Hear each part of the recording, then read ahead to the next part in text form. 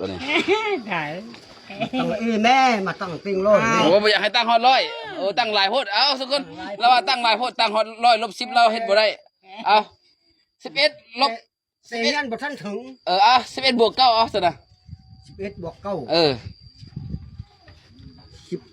เอา9มาเชื่อเนาะแม่นบ่ก็11บวก9ก็จะว่า11บวก9 11บวก9เลยมึง10 11 12 13 14 15 16 17 2 3 4 5 6 7 8 9เอาเรื่องนี้นะวิวว่าเรื่องอะไรเมื่อกี้นี่เรื่องเขาเขียนชื่อมาเฮาเขียนอะไรเขียนว่าต่อยตุบหนาวจ่าตบหน้าเขียนหนังสือหยังเขียนหนังสือลาวประกอบหนังสือไทยแต่เฮาเลยฮู้แล้วเอาเขียนส่งเขียนอะไรเขียนเป็นอยู่ป่ะเจ้าเป็นเราเขียนมึงสบายดีให้ค่อยเบิ่งสบายดีเขียนมึงเขียนสดีนี่เด้อเอานี่ไหมเอานี่ไหมสบายดีสบายดีมึงสบายดีเนาะบ่ถึกแล้วมึงบ่ถึกวะสบายดีนู่นนี่ตัวเลยเบิ่งเอานี่เฮ็ดเด้อสบายดีตัวบ่นี่สบายดีโอ้ตัวดอยังมันตัวบ่ดิมันเป็นประเทศตัวยอดตัวเดียวสิประเทศเนาะสัญญาดีสัญญาดีตัวบ่แม่นบ่สัญญาดีเด้วันนี้มาตัดมาให้อันบ่ต้องเขียนแล้วเด้อมาทายเลขอีกเมื่อก่อนเขา FC ก็ตอบบ่ได้อัน50บวก3 FC เขาก็บ่ฮู้ตอบคือเจ้าอีกเขาก็บวกลบเขาก็ตอบบ่ได้บวกเขาก็ตอบบ่ได้บัดนี้สิมาทายเจ้าอีกบัดนี้เอา100ลบ10เหลือเท่าใด100ลบ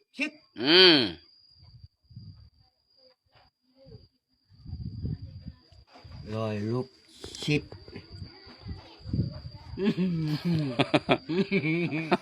งงเลยเด้อ100ลบ10เสร็จวันนี้100ลบ10เสร็จ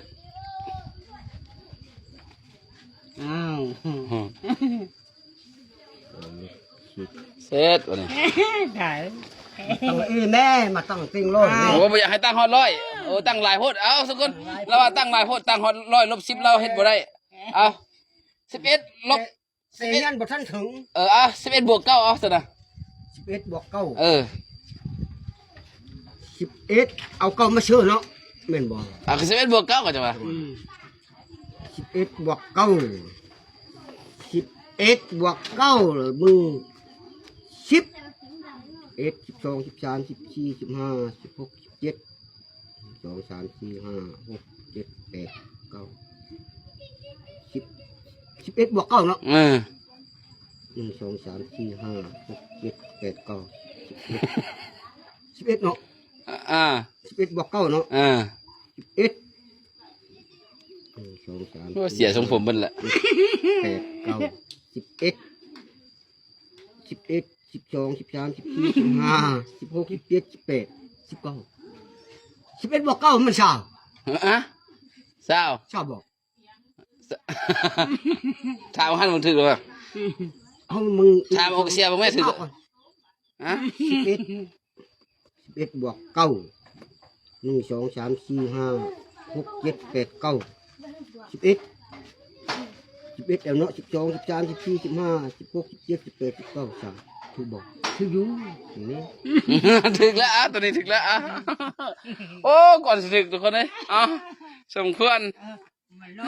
โอ้นี่4บ่ทายหลายก็ได้เดี๋ยวทายเอานี่ก่อนนะ5บวก5 5บวก5 5บวก5ก็10เอาถึก5บวก25 5บวกเช่าอันตัวแม่เลยน้อยกว่าตัวปลายเนาะ ตัวใดก็ได้นะ5 บวก 25หรือว่า25 บวก 5ก็ได้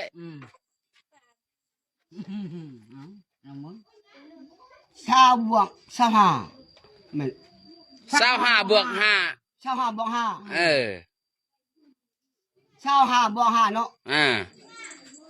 ชาวหาบวกห้า30 เออ ได้อยู่เอาโอ้ เก่ง เก่งแล้วได้เสียวเริ่มเก่งแล้วเนาะ ยังไงเก่ง เอา100 บวก 1ตัวมือหั่นแหละ มันเอา ร้อยบวกนี่ เออ จับอยากเฮียนจะเตี้ยงนักตีลอย โอ้เราท่านเฮียนบ่ทันฮอด100ทุกคนเราเฮียนฮอดแต่99 70นะเนาะฮอดแต่99หรือ70เนาะโอ้สมพรบ่ได้เป็นในบ้านฮอดแต่99บ่เขาบอกนับ อยากเป็นในบ้านคำตายเลยนะ เราอยากเป็นในบ้านอยู่แต่เรานำฮอดแต่99หรือ70เราบ่นับบ่ฮอด100นะตอนนี้นะอาชนะบ่นับเอาบ่ฮอด100ได้บัดนี้เด้อบ่ฮอด100เนาะ70บวก4 70บวก4 เออบ่ฮอด100ได้บัดนี้ได้ พอแล้วเลย 70บวก4 70 80 90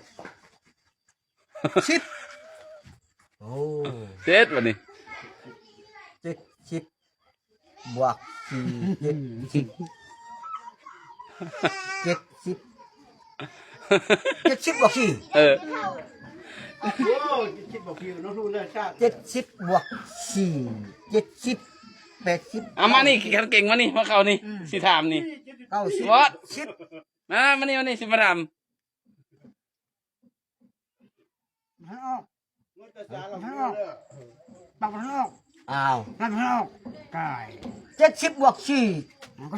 คือตัวไหน 70บวก4 70 80 90 10 อ้าว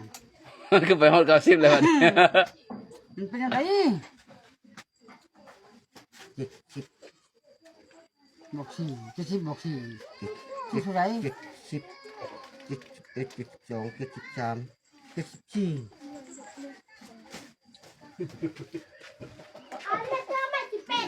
70บวก4ก็74 มันไม่ใช่นั่น โอ้ตายองค์นี้เถอะเว้ยค่าน้ำเท่าไรองค์นี้70บวก4ยังนับไปฮอด90จังสุดท้ายมาจบอยู่74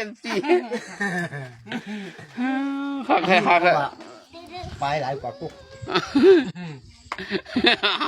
เป็นอะไรเสี่ยวตัวไปไวอยู่ปะ บอกไว้องค์นี้เนาะเที่ยวนี้